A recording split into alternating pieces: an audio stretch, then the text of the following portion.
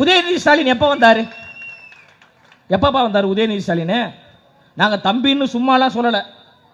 நீங்க எத்தனை வருஷமா வேலை செய்றீங்க? இவர் ஒரு 16 வருஷமா வேலை செஞ்சுட்டு இருக்காரு. இங்க இருக்கக்கூடிய எல்லோருமே பல வருடங்களாக மக்கள் பணி செய்து கொண்டிருக்கிறாங்க.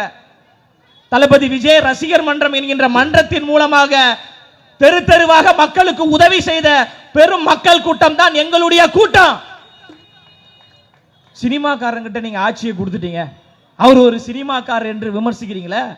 உதயநிதி ஸ்டாலின் யாரு தான்ப்பா முதல்ல சொல்லுங்கப்பா. சுதந்திர போராட்ட தியாகியா? ஏதாவது செக்கிழுத்தாரா? சிறைக்கு போனாரா? இந்தி திணிப்பாக நெஞ்சை இப்படி காமிச்சாரா? இல்ல இங்க ஏதாவது துப்பாக்கி குண்டு வாங்கியிருக்காப்ல? இல்ல இங்க ஏதாவது குண்டு வாங்கியிருக்காப்லையா? கிடையாது. ஒரு 3 வருஷத்துக்கு முன்னாடி பல நடிகைகளோடு டான்ஸ் ஆடி இருக்கிறார். இந்த லாலா கடசாந்தி உன்னால் ஆனேண்டி நான் பூந்தி அப்படின்னு அவர் டான்ஸ் ஆடும்போது தான் எனக்கே தெரியும் திரையில. அதுக்கு முன்னாடி தெரியும் பாப்பா உதயநிதி ஸ்டாலினா? உங்களுக்கு தெரியுமா? கிடையாது. ஆனா தேசிய நூலாக திருக்குறளை கொண்டு வர வேண்டும் என்று அண்ணன் அவர்கள் அறிவிச்சிருக்கிறாங்க. கல்வி வளர்ச்சிக்காக நீங்கள் தர வேண்டிய 3000 கோடியை நீங்கள் தராமல் இருக்கிறீர்கள், அந்த நிதியை தாருங்கள் என்று மிகப்பெரிய ஒரு வேண்டுகோளையும் அழுத்தத்தையும் அண்ணன் விஜய் அவர்கள் கொடுத்து கொண்டிருக்கிறாங்க. ஏழை எளிய பாமர ஒடுக்கப்பட்ட நிலையில் இருக்கக்கூடிய எல்லோரையும் தேர்ந்தெடுத்து வேட்பாளராக நிறுத்தி வெற்றி பெற வச்சிருக்கிறார். நம்மளுடைய அமைச்சரவையில் பாருங்க, அமைச்சர்கள் எல்லாம் பாருங்க.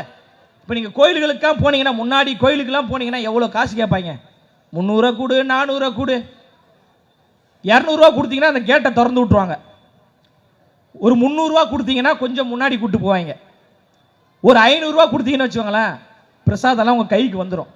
1000 ரூபாய் கொடுத்தீங்கன்னா அந்த சாமி சிலை பக்கத்தில் கொண்டு நிறுத்திடுவாங்க. 5000 ரூபாய் கொடுத்துட்டீங்கன்னா சாமி சிலை எட்டு வந்து கையில கொடுத்துருவாங்க. அந்த நிலை இருந்தது, கோயில்களில் இருந்தது.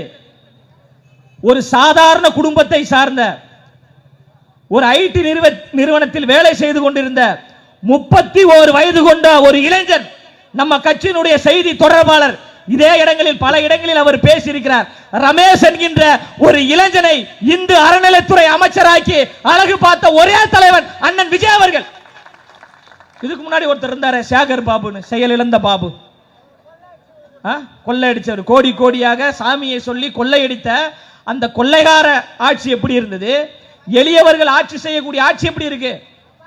நீங்கள் பார்த்தா தீட்டு, நீங்கள் படித்தா தீட்டு, நீங்கள் படிக்க கூடாது.